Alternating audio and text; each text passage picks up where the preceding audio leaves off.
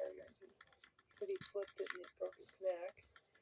And then he killed another cat by throwing logs on it. Cody is just 6, but psychotherapist Brina Satterfield fears for his future. If the behavior continues as he heads towards adulthood, he's going to be an extremely dangerous person. Cody isn't just going through a phase. His could be telltale symptoms of violence in later life. He had no remorse of animals. And she's afraid that he's going to go and continue with the pattern and start killing people because he doesn't care. She's afraid that he's going to continue mass murder. That doesn't work. New scientific research claims we can identify children as young as 4 or 5 as potential adult criminals. They have brains that function differently from normal children.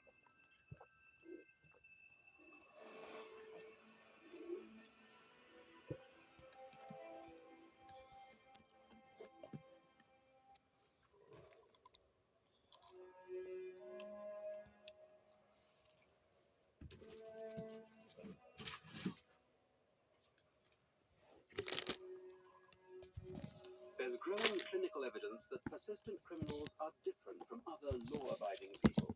It may be a set of biological factors that tilts them towards a life of crime.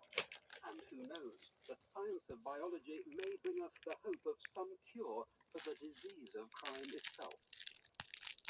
There has been a biological revolution in terms of how we understand crime. And I think one of the implications of biological research is that we will increasingly view criminal behavior as a disorder. The search to understand the roots of criminal behavior has usually focused on the social causes of crime. Poverty and deprivation all play their part. But what the social scientists overlook is the role of the body's biology, especially abnormalities of brain function. This could be the result of accidents or social factors, difficulties at birth, taking drugs, drinking alcohol. Whatever the cause, it results in a brain which many scientists are convinced makes the criminal different from the rest of us. The new discoveries in the exploration of the brain will fundamentally challenge our concept of the very nature of guilt and punishment.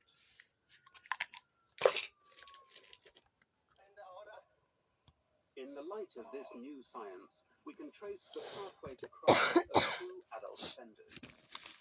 Frank is a career criminal. Tony has spent most of his adult life in jail. Are they both just plain bad, or is there evidence that they are the prisoners of their abnormal brains? There has to be something wrong, or else I wouldn't have wasted half my life in prison.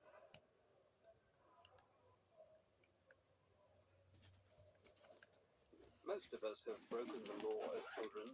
Few make a habit of it. Still fewer continue into adult offending.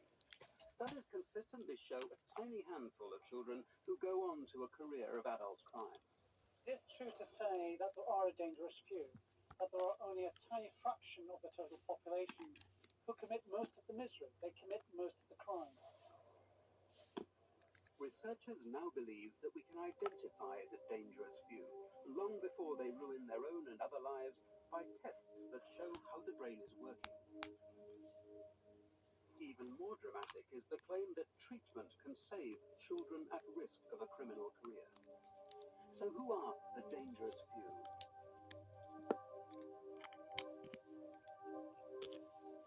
Cody was diagnosed at the age of 4 as suffering from attention deficit and conduct disorder. For 20 years, the Satterfield research team has carried out meticulously controlled scientific studies of children like Cody. They reveal a consistent abnormality in the electrical activity of the brain. 150 of the children studied are now adults. I'm sorry you missed out this time because I just got Connect 4, but I'm glad that you're playing by the rules. That's terrific. Let's try it again. Attention deficit disorder children who also have conduct disorder were followed by us in a long-term follow-up study, and half of them had been arrested for felony crimes by the time they reached 18, actually before they were 18. So the combination of attention deficit and conduct disorder is highly predictive of trouble school whistle law later on in life. Lauren was diagnosed with these disorders when she was 4. Her parents were warned that they signaled serious trouble ahead. Lauren, if untreated, if we didn't intervene in her behavior, we didn't do a hands-on action with her, she would be probably a 12-year-old runaway who was promiscuous and sex and probably, in jail at some point, before she was 20. Lauren is now 8. So what is it that puts children at risk of developing adult criminal behavior? They seem to lack normal feelings and emotions. Lauren's symptoms were typical. Say goodbye. Let's take a close-up of a kiss. Wait. Lauren was different from birth. She never smiled. That was really hard. The child never went through that, stage of smiling and cooing and laughing that maybe 3 or 4 months old do, and she just never did. And she was so different from what I expected a child to be, or compared to her older sister. None of the other children were like this at all. A disturbing symptom is their attitude to suffering. Cruelty to animals inflicted without remorse is one of the clearest indicators of violence in later life. Cody doesn't seem to care that he's done it.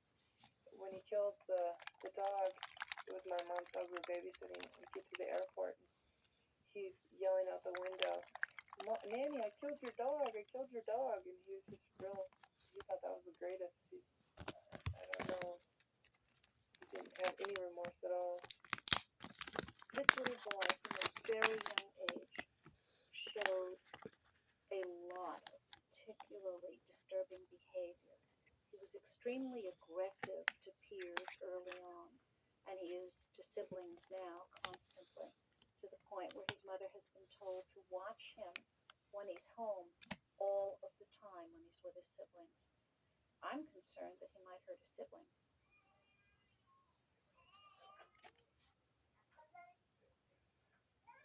Get out of their room, Cody. Cody? Out. Get out. You're not allowed in here. Yes, you are in here. Get out of here, please. You're not supposed to be in here. Do you remember why? Yes. With his sisters, he'll just hit them for no reason. And if they do anything, the slightest thing, he gets really upset. They go in his room, he has a tendency to just grab him by the hair, the arm, the leg, and drag him out. They do raspberries, but they